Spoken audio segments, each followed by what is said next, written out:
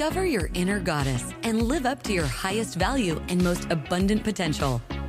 Welcome to Grateful Goddesses, a podcast that empowers you to unleash your inner goddess and take the leap of faith to live your best life.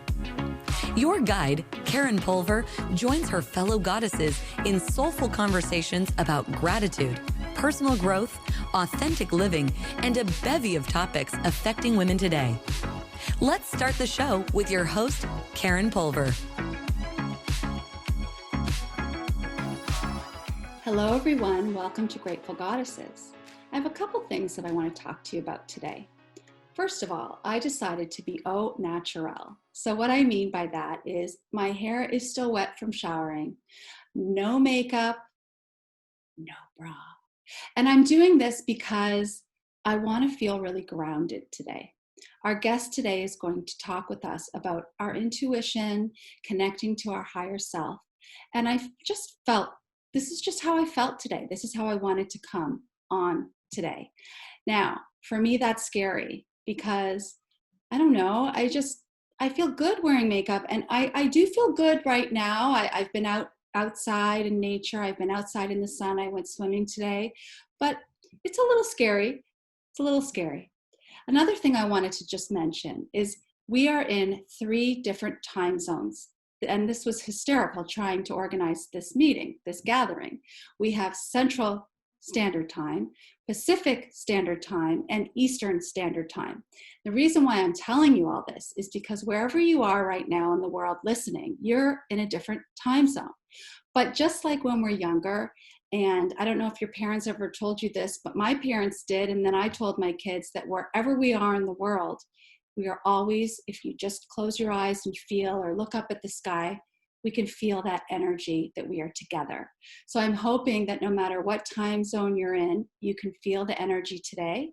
And if you're wearing makeup or you're not, you're comfortable and you feel happy. Our guest today is Sharon Saevitzon, and I have to tell you that yesterday I was so honored to have a session with her, and I'll tell you why. We just connected, first of all, and it was more of a conversation that we had, and I felt comfortable and I felt safe. And we did go through a guided meditation where after I felt incredibly loved. And it's hard to describe, but that's the closest I can describe it. I felt like I connected with my inner child and that I was loved by the universe and that no matter what I did, I was going to be okay. That's the takeaway that I had from meeting with Sharon.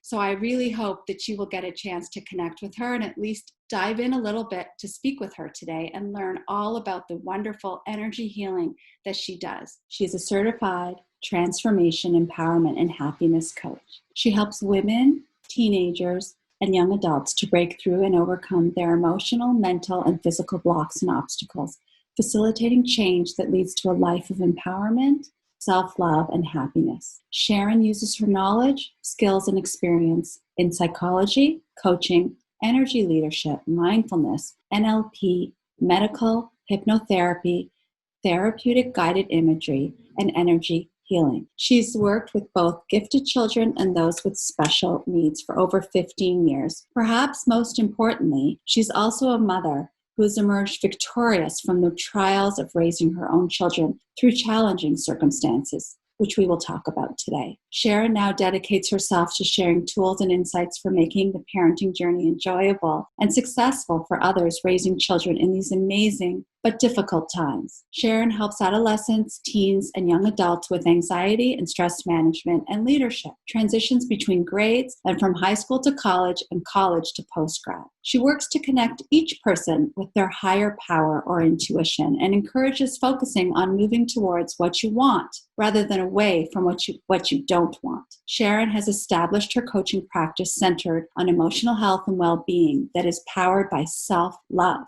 Sharon strives to honor everyone's unique qualities and preferences. Her talent is to seek to understand the ambitions of others, which provides her insight into the type of coaching support and accountability each of her clients need to thrive. It is Sharon's purpose in life to help others to embrace their dreams, cultivate emotional intelligence, and calm your nervous system. Welcome, Sharon, to Grateful Goddesses.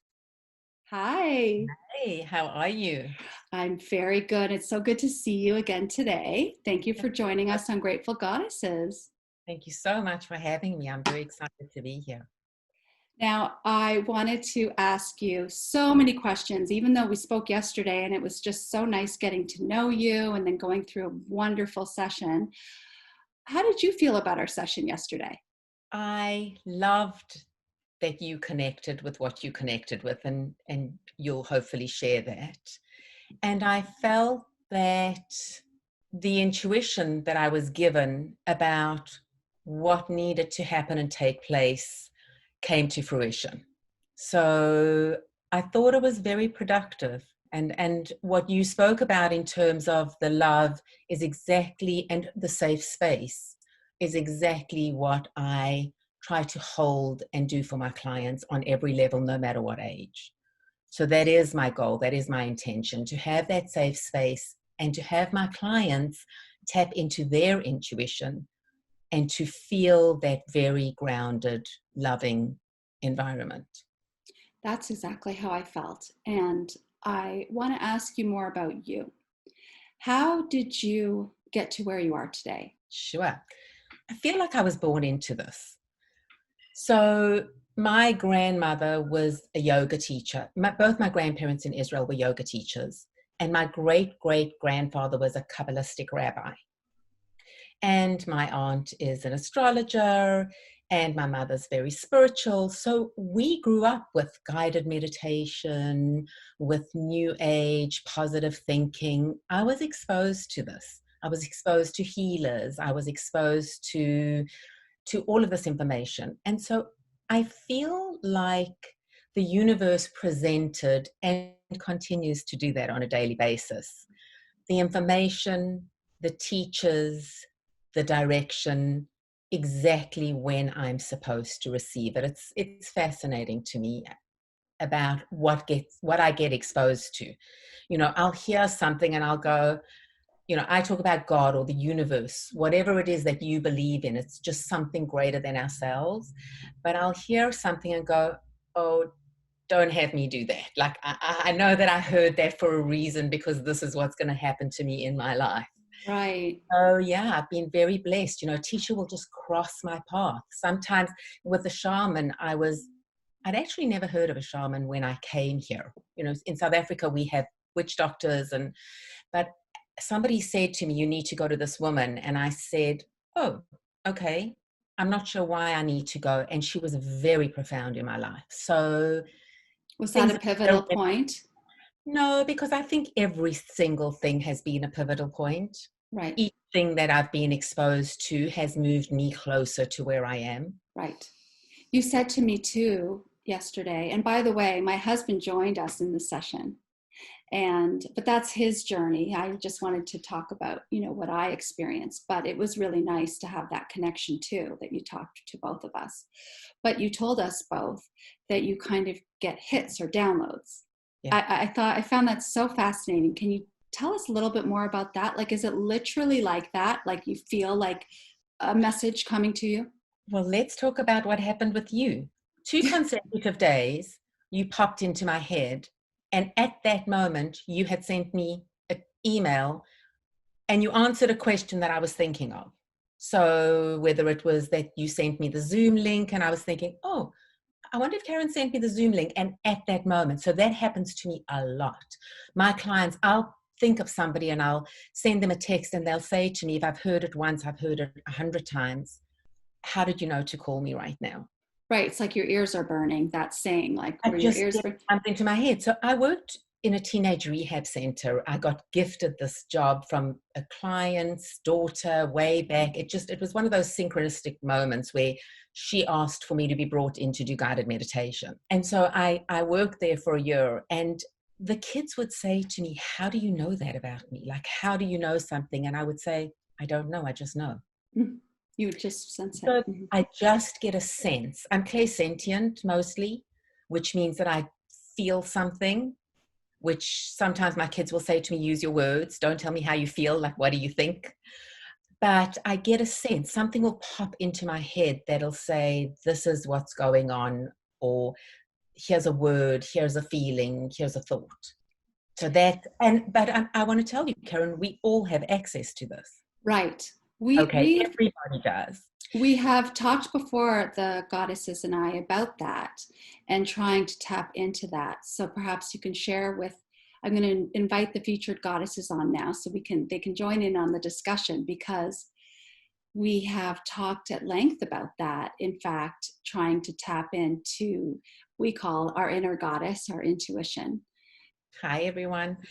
Yes. And I do believe that my clients tell me what they need. I don't have an agenda when I work with somebody, because I listen to what their needs are, and I have tools that I use in order to have their intuition come up. And it does.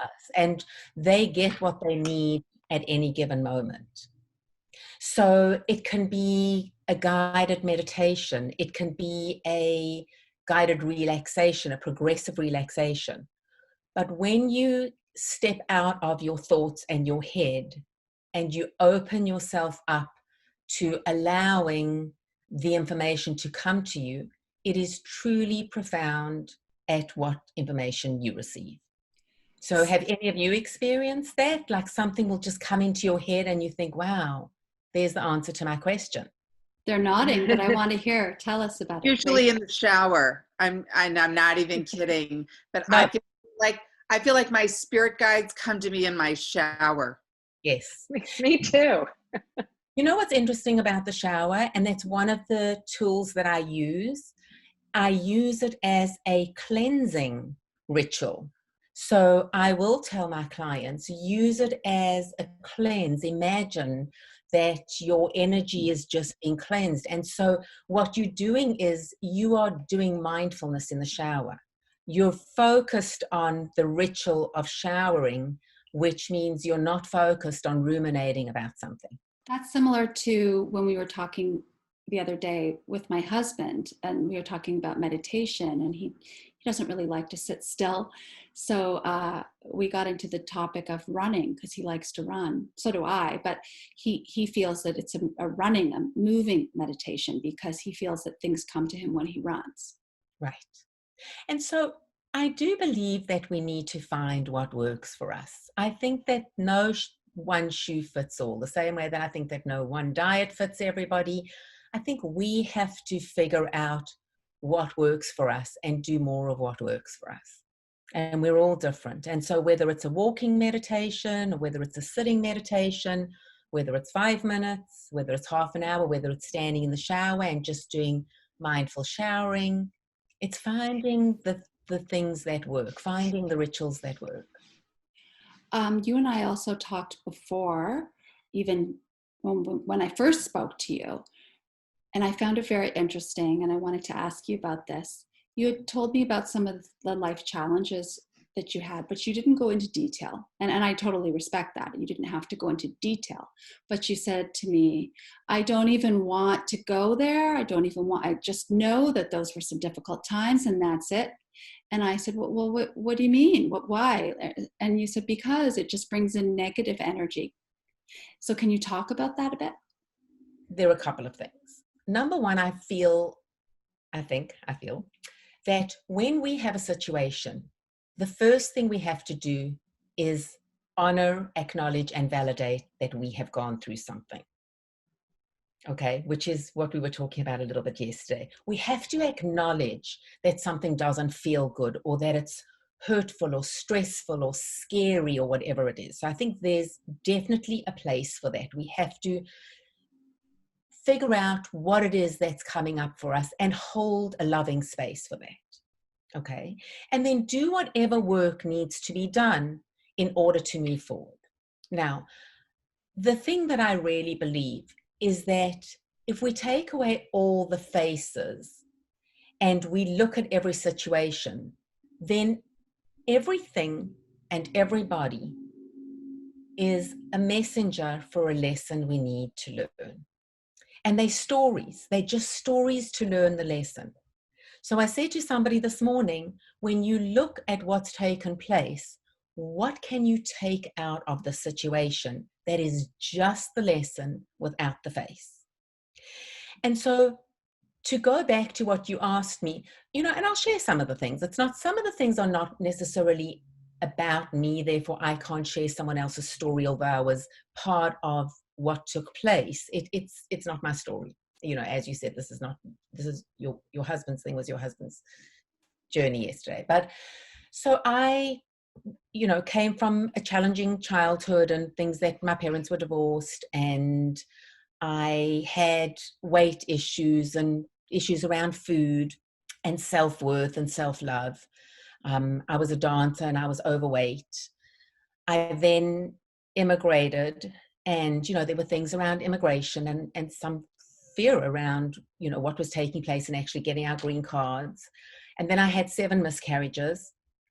Then I went through a divorce, which was less than desirable, and it continued for many, many years. The aftermath of the divorce was challenging, and raising 2 kids. I have a 25-year-old son and a 22-year-old daughter, and there were things around that. And then my son got septicemia and was in hospital and had a 13-hour surgery. And so, there was that. And so there've been things that triggered the nervous system that kept me in fight and flight. And so the work for me has been around calming the nervous system and the mindfulness, and teaching mindfulness to teachers, school children, parents, and also the self-love part.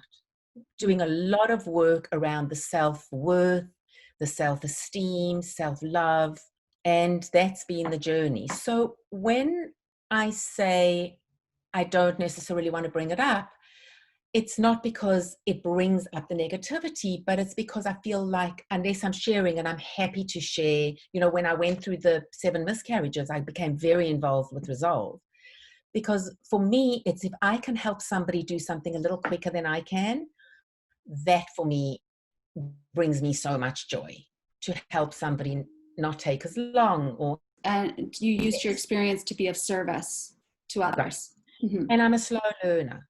So it takes me a long time to get something. And I truly believe that it's what's given me my patience. I'm supposed to be the way that I am, so that if I see somebody having a little glimmer of hope, I'm all over it. I will never not work with somebody that I feel is trying. So for me, I've thanked everybody in my life for the lessons that they've taught me. Right. Thank you so much for putting me through that, because it's made me a better practitioner in who I am, mm-hmm. but also the fact that I'm very, very patient.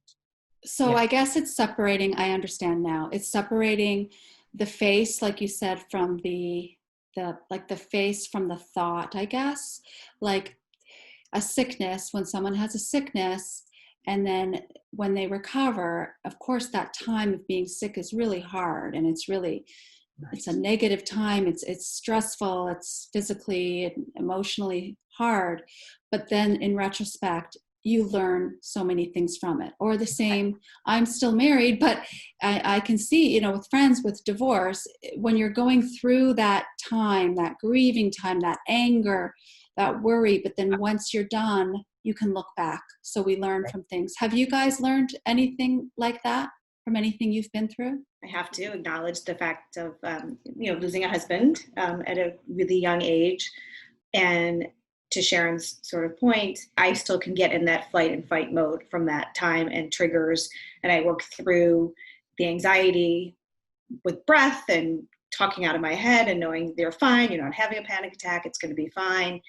But it's always there. It's something I always have to sort of struggle. I mean, it's not always there in my face, but it creeps up on me. And sometimes it creeps up when you don't expect it to. So you're kind of always in that mode of, when's it going to come up? And so, Dina has remarried, but yet you still have those feelings. Yeah. So Dina, let me, I'd like to address that actually, because I chose to revisit. I'm always learning. And so I did a coaching course, a full intensive coaching course, but there was a man who created another coaching course, and he was gifting coaches this course. And I thought, I'm just going to 6 weeks, I'll do it. And the thing that I love about what he was saying and the way that he put it was, and he spoke about himself that with he was a professor at Stanford and I think Yale, and he was sharing also that it's not to say that we don't have those moments. It's not to say that we're never going to have those moments. I have them too, and I preach this and I practice it and I teach it. It's about how long we stay there for. And I think that that is really the key, is to say, if you're putting your hand on a hot stove, how long are you keeping your hand there? So it's acknowledging that something's come up. But are we going to live in the story for an hour or a day? Or are we going to have it come up, acknowledge it, give it space? And I do, breathing around it and love and compassion and space, etc. around it and saying, yeah, okay, it's here. And then letting it go. So there's no judgment around the fact that it even comes up. I agree. I think that's the key. It's not just acknowledging, but it's also like, how long are you acknowledging for and how quickly can you let it go? Because I feel like there were times in my life where I just couldn't let things go, that I would just it would sort of fester and, you have all this negative energy and whatever it was that was causing that pain or the sadness or whatever. It's just, I think I've gotten better at it as I've aged. I don't know if it's, a maturity, or it's just there are 50 other things going on. You get busy, and I'm also really good at compartmentalizing things like that, which is not always great, but sometimes you just have to put something on a shelf and let it go for a little bit. But I think that's the key. And I think the more you can, as you said, sort of honor and acknowledge, but then release, that's the key. It's the releasing part that is easier for some than others. Well, I'll address this, and I'll tell you something that I absolutely know, because as I said, it takes me a longer time than it does other people, is that just because you say so doesn't make it happen, okay? It's a muscle. You've got to practice it. So whatever that practice is, whether your brain doesn't know the difference between real and perceived. So if you are practicing a behavior in your mind, you're still practicing it. But you cannot not go to the gym and expect to build a muscle. Actually, you can if you visualize it, because there's studies that have shown that. But you have to at least do mental work. You cannot say, I'm going to change, and then just think you're going to change. You have to actively practice it. Now, if you're just pushing away, that's one thing. I mean, I definitely think there's a place to say, I'm going to choose not to think about that, depending on whether it's something that needs to be addressed or not. Because if you don't address it, at some point it's going to come back either in the same form or in a different form. So that's something, that needs to be looked at. But it's practice. I know that for absolute certain. If you want to be working on something like anxiety or shifting your mindset, you have to practice it over and over and over again. Do you mean that it's going to come back in a disease? I don't say that I think there are a lot of things about the disease thing. Look, I do think that our negative thoughts are not helpful to us. And more and more research is becoming available to show that stress really does affect the body. I mean, it has a physical component to it. So from a spiritual perspective, it starts off in the spiritual body. Okay. And if we don't change and we don't create different thought forms, then eventually it will sit in our physical body. When I say it's going to come back, it could come back as a lesson with an interaction with somebody else. So it just depends on specifically what we're talking about. If you don't learn the lesson here, it's going to show up somewhere else. Is that when we talk about past lives? I know we're getting into so many different things, but I know you do, I believe you do past life regression. I also do something called timeline. So I do go back. So with timeline, and it can be either, it can be past lives or it can be timeline. With timeline, you go back along the linear line, which can be this lifetime, past lives, whatever it is, to clear a specific emotion. So without embodying or embracing the actual specific event. So what we do is we go back to clear. So let me explain this. If we have something that happens to us and it makes us angry, okay? Then we have something else that happens to us and it makes us angry. when the third thing happens, we're bringing the anger from the first thing and the second thing to have you ever heard the saying, let the punishment fit the crime? Like you just reacted to Yes. something that was totally inappropriate for what the situation is. Right. But it's an accumulation of all of the times of what we've experienced that's pushed that specific button. Okay. So when we go back along the timeline, let's say we're clearing anger, we go back to the very first time our soul ever experienced anger. Okay. And it's an abstract concept. And we go into the event and we clear the anger all the way along the timeline to the now. Now, not to say that a minute later you aren't going to get angry, but the difference will be that you won't bring everything from the first time your soul ever experienced anger to that next event. Okay. Now, to go back into past lives, yes, we go back into past lives, and there are a few things about past lives. I think it's definitely beneficial to do it if it helps you in this life. Yes. You know, for a practitioner to turn around and say, you were a gladiator, or you were Tutankhamun, or you were whatever, how does that help you in this life? So I feel that when we go back and we bring it into this life and we can identify with it and we can see how it can help us, I love that experience. And I've seen it be very, very helpful. And often what will happen is I'll take somebody into a past life, you know, and I did it a lot in the rehab with the teenagers. We went back into a past life and then we changed the outcome of that life. We had a different outcome that they brought forward, which just felt like there was a little bit of release of a burden. Exactly. I know Rachel has had a past life regression. I have, and I think about it all the time. It really was. A couple lives at least that she explored. Like I was a ruler, and I was kind of a ruthless ruler, and thought that I knew best, and that there are people in my life now to make sure that I am a kind leader. And it's really it's made me think a lot. And it's funny because I mean I've been a PTA president, like trying to help turn around a Chicago public school. So like I think I've learned my lessons. But I grew up with a lot of anti-Semitism. I was one of 5 Jews in my school, and people did not like me for that reason. I also felt very different. And I love that your like spiritual journey and your awareness of spirituality started, it was like part of your being in your childhood.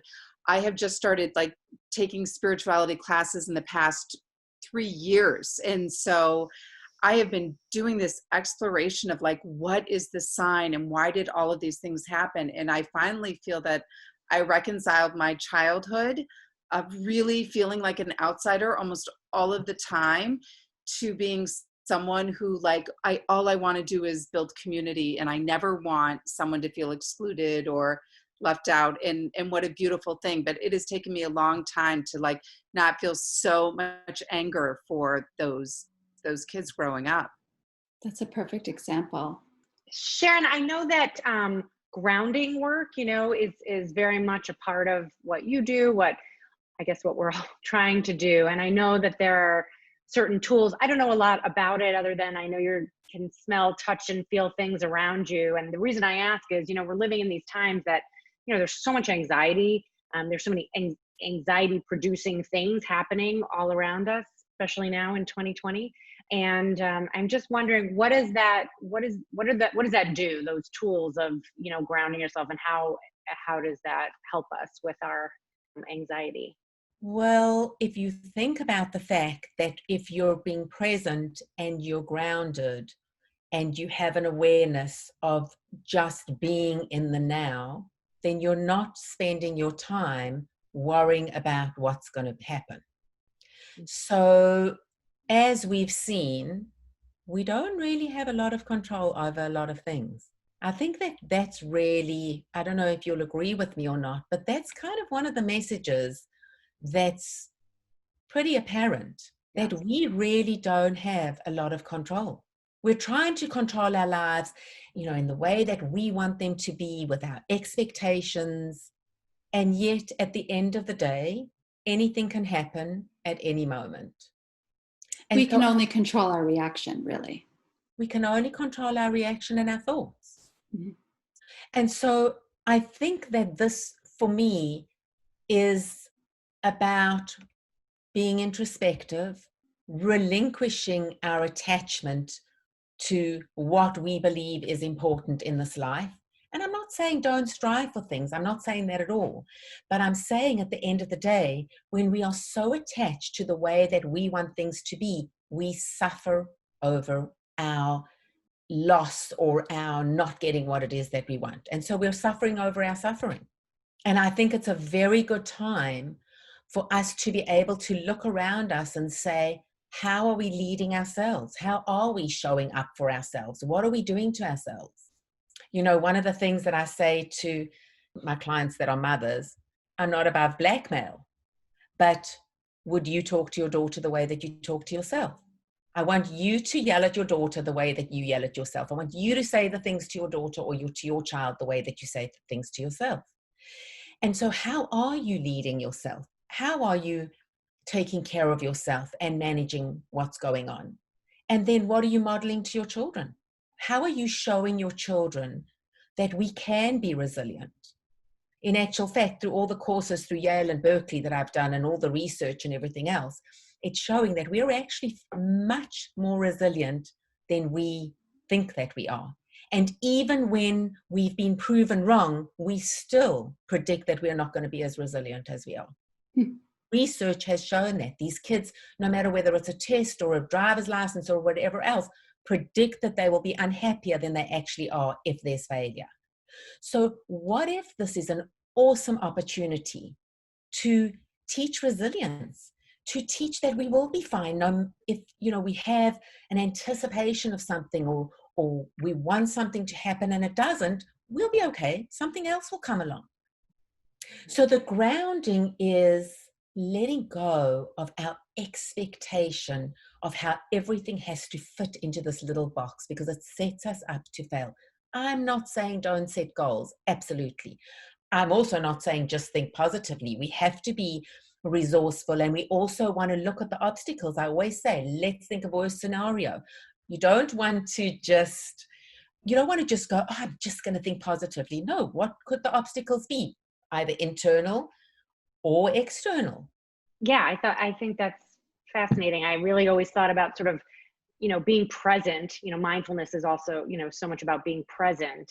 I never really sort of equated that to a way to sort of decrease one's anxiety. It was just for me, like, appreciate the moment and where you are at this time, in your life and with your family and your loved ones. But it really is a way to not be as anxious.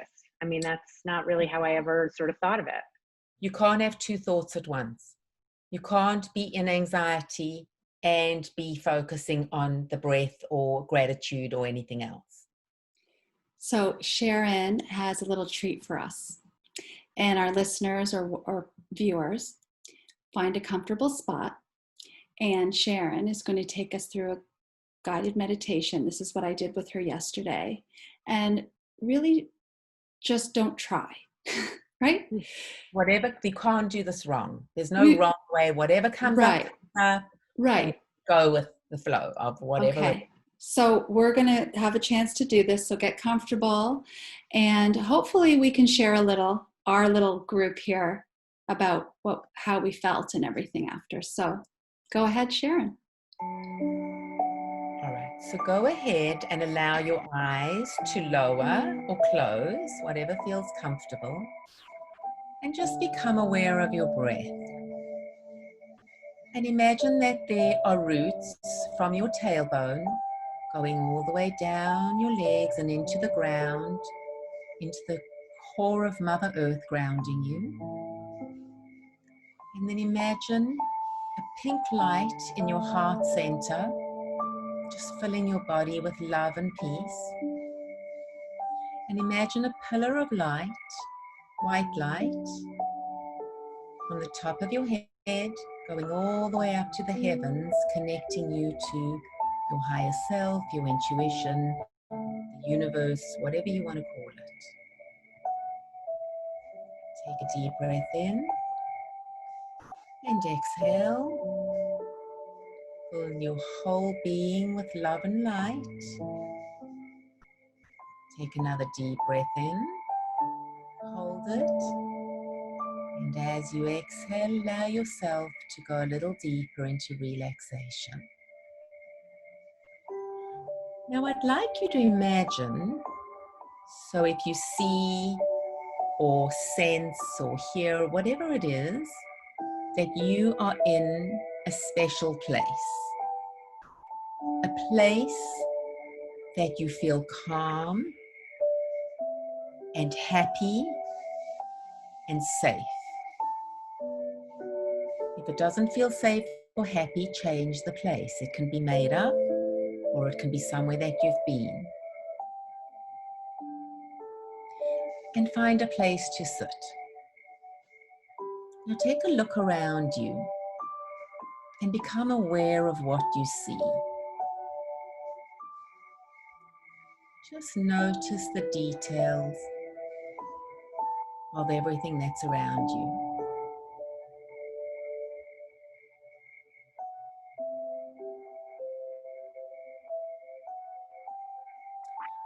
Now go ahead and notice if there are any smells, if there's anything you can smell.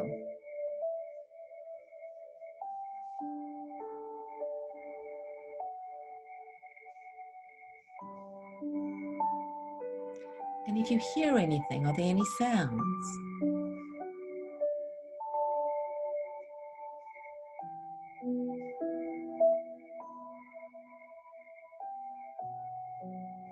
Now be aware of how you feel in this place. Are you calm, relaxed, happy?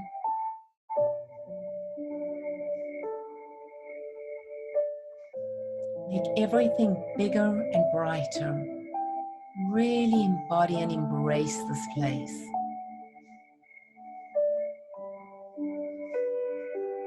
Good.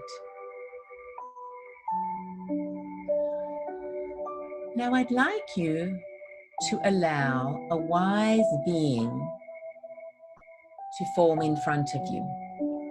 It can be anyone or anything, as long as it's wise and loving. It can be somebody that's still on earth, somebody that's passed. And nod and let me know when you have that in front of you.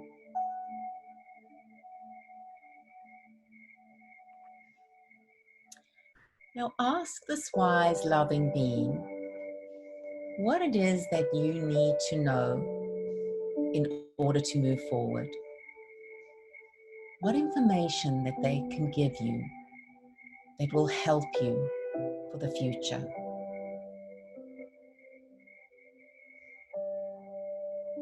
Just let it come to you in whatever form it does. You may hear something, see something.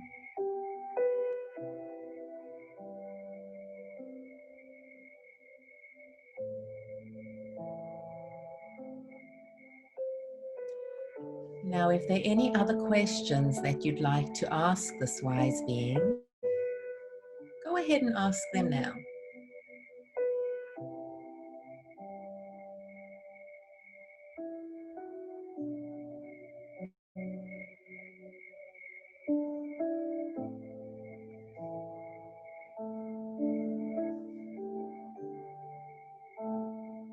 When you're ready, thank the being for coming. If you'd like to ask them if you can call on them again at a later stage or when you need them. And then go back to being in your special place.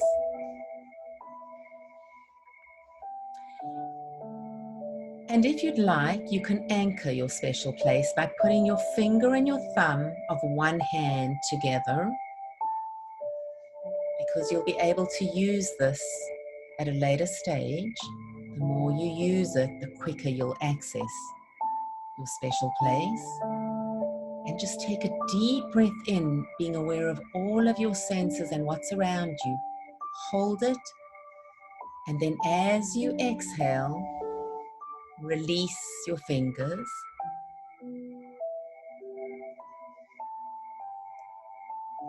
And whenever you're ready, slowly open your eyes.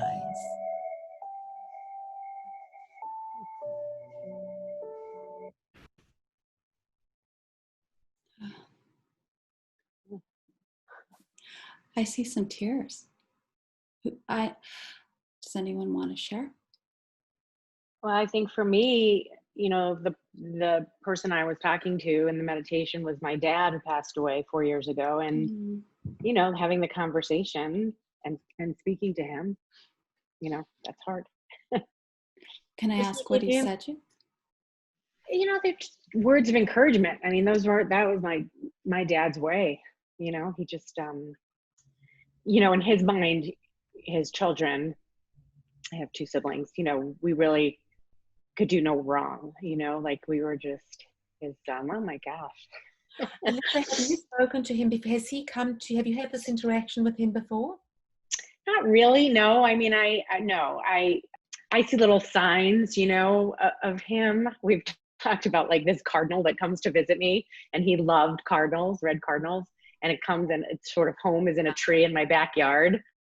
So we call it the Pana bird, because that's what my kids called him. They couldn't say grandpa when they were little, and so every day the Pana bird comes. And so there have been things like that, but no, I haven't really like done this type of exercise, and I haven't really had conversations with him. We had a guest recently who talked about how she's talking to all of these people who have passed on every day out loud, like walking around in the world and having these conversations, and thinking that people walking by her think she's, nuts or something. But no, I don't actually have like conversations like that. I'd encourage you to do more of that. Yeah. So if you have questions, go back and revisit this. And I can send you the recorded guided meditation of this. Go back and listen and see if he's there to help you, and he'll give you information. I'm curious can you invite different people at different times? Absolutely. You can, I wanted to make this quick, but you have access to this. So absolutely do it. And, either you can specifically invite people. Now, the thing with people that have passed on is you want to let them come to you versus needing them to come to you, so that if they want to appear, they will appear, versus striving for, which is kind of even what I was saying a little bit about just life in general. But play with it, hold the space and invite them and see what happens. I had an uncle who had passed away come to me today that I was not close with at all. And it was very strange, because I sort of said, why? I was sort of a little disappointed, but at the same time questioning, wait, why are you visiting me? Like, there's so many other people that I would have really wished to come in my door, because I was in my childhood room. He said, because I have to tell you something. And actually, I really wish that you would call on me more. And I feel like I have a lot to teach you. Yes. And I was like, okay, great. Like, let's talk. And it was just a feeling of, for me, I lived in a home for almost 40 years of my life, and then my parents sold it about a couple of years ago. But of course I haven't lived in it for 29 years. However, because I grew up there, it was such a and I had the same bedroom and everything. It was a very safe bedroom, very safe place for me. And I think about that a lot. I think about that home and the fact of it being in Toronto, and I live in Chicago, and missing home. And he said, this will always be here for you. It physically isn't here. You're not in this space, but it will always be here. And then his advice was to release it and let it go, and live in my home now, which is really something I really needed to hear that. And go back in your mind. Go back and embrace those times in your mind. Your mind doesn't know the difference between perceived and real. But it's interesting to me why he came. So I'll tell you this, and I'm not sure that this is the case, of something I was listening to recently. One of the rabbis were talking about people coming to their loved ones in a dream, and that they didn't come to somebody that they were close to. They went to somebody else because they didn't want to frighten or upset the person.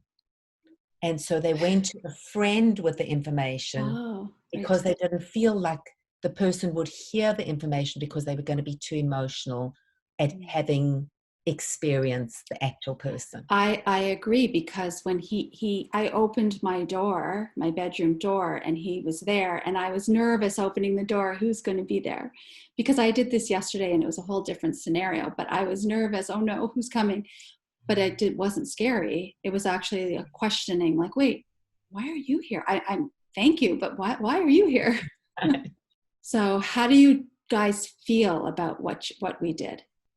Because a lot, you were talking about like the language that you speak to yourself, and I feel like this is kind of more of the moment, but I have noticed like during this period of quarantine and like this shift in schedule, and there are absolutely silver linings and time with my family that's wonderful I wouldn't have had otherwise, and I really feel like I can look at it that way, but I really feel like I have been beating myself up way more than I normally do. And it's this feeling that I'm never doing the right thing that I'm supposed to be doing. Like I'm either not productive enough, or I'm not focused enough on my family, or I'm not. And right now in life, I would say the luxury that I'm not working for money. So kind of everything I do because I choose to, and there's not like this need to support my family financially, but at the same time, I have 3 teenage boys. I'm emotionally, for sure, taking care of my family, but a lot of other things. But I just feel my internal dialogue is I can do nothing right. I'm not taking care of myself enough. I'm not taking care of others enough. Like it's kind of both ways. And I'm just wondering, is that like a sense in the world that you're seeing? Is this something common amongst a lot of people? I think that's the reason that I'm supposed to be doing the work that I'm doing, because I look at these successful, amazing, beautiful women, and we're all doing the same thing. And so my journey of literally being put in this isolated place to do this work and to bring it to fruition is because our society teaches us that we need to be doers.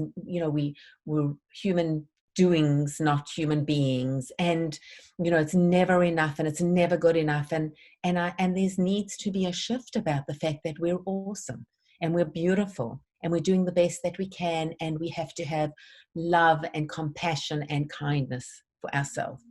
And the thing that I'm encouraged to tell you is, why don't you ask the people around you if they're getting what they need from you? And instead of trying to be a mind reader, ask them, do you feel loved? Is there anything you need from me that I'm not doing for you? Do I need to do? Not to say that you can or are able or willing to do it, but we don't have enough information. We make assumptions about things from our own belief system, but ask them specifically, what do you need from me? And then trust that what they tell you, and tell them, I'm going to assume that what you're telling me is the absolute truth. Because now you're teaching them a skill that their words need to be congruent with their thoughts. I love that. That's excellent advice. I mean, an excellent lesson for all of us to do with our significant others, with our children, with our parents, not just make assumptions. Right. And to have compassion and love for yourself. You are perfect the way that you are. You are perfect. Of course, there are things we can do differently. Of course, we want to look at it and go, all right, I can do more of that. I can do more of this. I can do less of this. But it's not about beating yourself up. It's about looking at it and saying, this isn't working, or it is working. Okay? Because we are all amazing exactly. We're perfect the way that we are, with everything that we have. We are all goddesses, right? But think about this energetically. If you're beating yourself up just energetically, that gets transferred to your children and to the people around you, because energy is so profound. I cannot even tell you. It's more profound than words because we exude it. So not to blackmail you and not to put you on the spot, but to say to you, what would happen if you managed your self-love? Because then you're modeling self-love and self-worth to your children, boys or girls. What would that look like? What needs to happen? Do you have to go back in time? Is there something that happened in the past, either in this life or in a previous life, that was an incident that needs to be dealt with and loved and released? Very often that's what happens, is we need to go back, and whoever the person was or the situation or the incident was needs to be released in order for us to be able to actually free ourselves from what's taking place. So there's work, so there could be work around that. Thank you. And if the viewers and listeners want to work with you, how can they reach out to you? They can go to my website, which is SharonSaevitzon.com. They can email me at sharon.saevitzon@gmail.com, and they can call me on 818-744-5859. Sharon, thank you for sharing your energy, your healing with us today, and all the amazing work that you do, and giving us a little taste test of a guided meditation that brought, I think, all four of us to tears, which really means that we connected, which is amazing to feel and to talk about. And we hope our listeners had that opportunity as well, and will reach out to you. So thank you for joining us today on Grateful Goddesses. Well, you are all beautiful, and I feel very privileged to be here, and I'm sending you all love and thank you again from the bottom of my heart. Up next, favorite things. Opening up to happiness and joy. Welcome everyone to Favorite Things with Sharon Saevitzon. So we're going to go around just like an adult show and tell and talk about our favorite things. This is my favorite part of the show. Dina, would you like to start? Sure.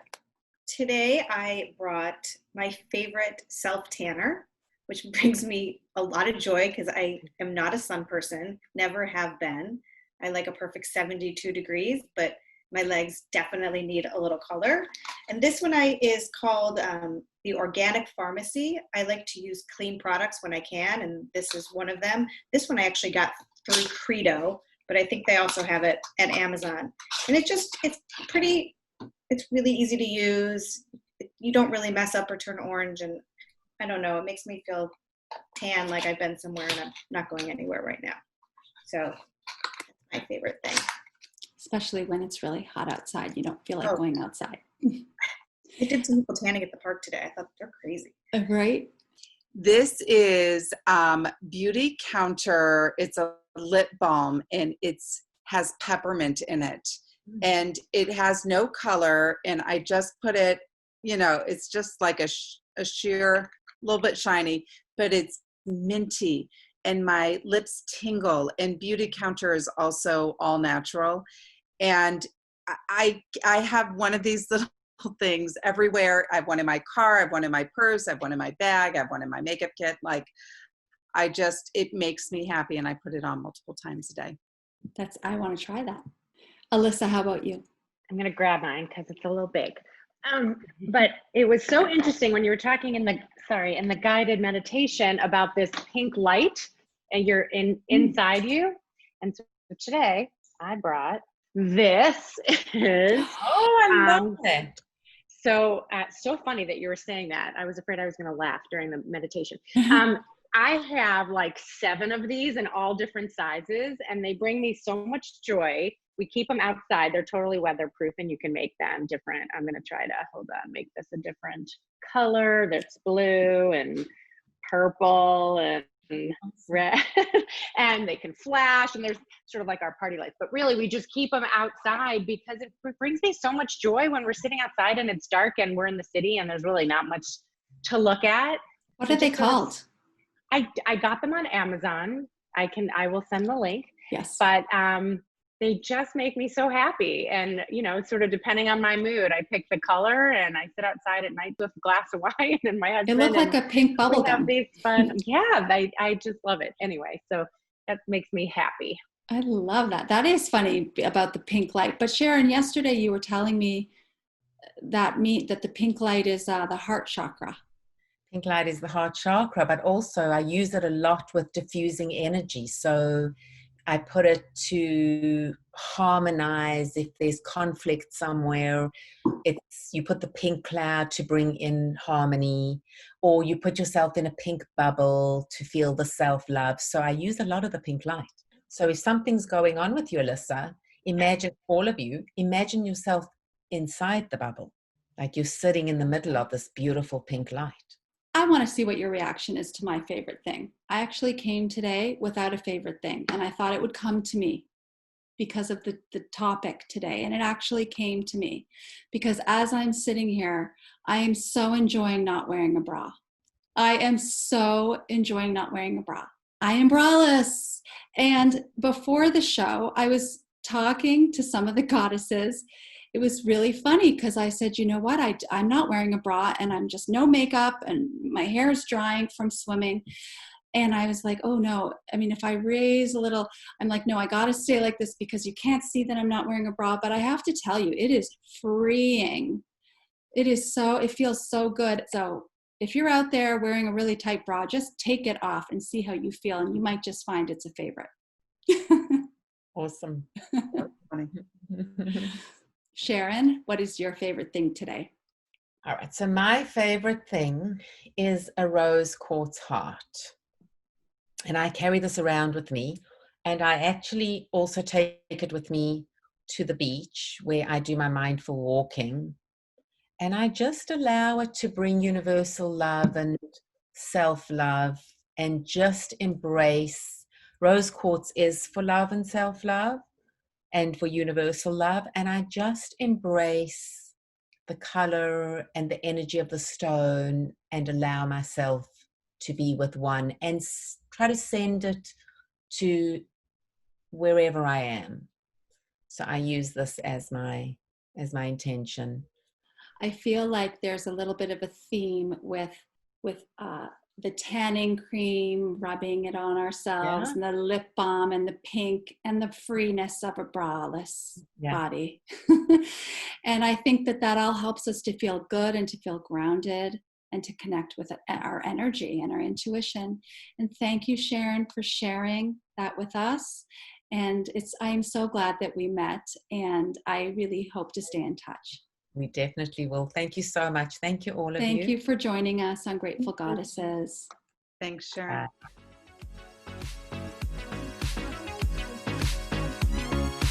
Unleashed your inner goddess yet? Thanks for joining us today on Grateful Goddesses. We invite you to visit our website, www.gratefulgoddesses.com, to access today's show notes as well as other helpful resources. Don't forget to leave a review. Until next time, stay strong and empowered to be a grateful goddess.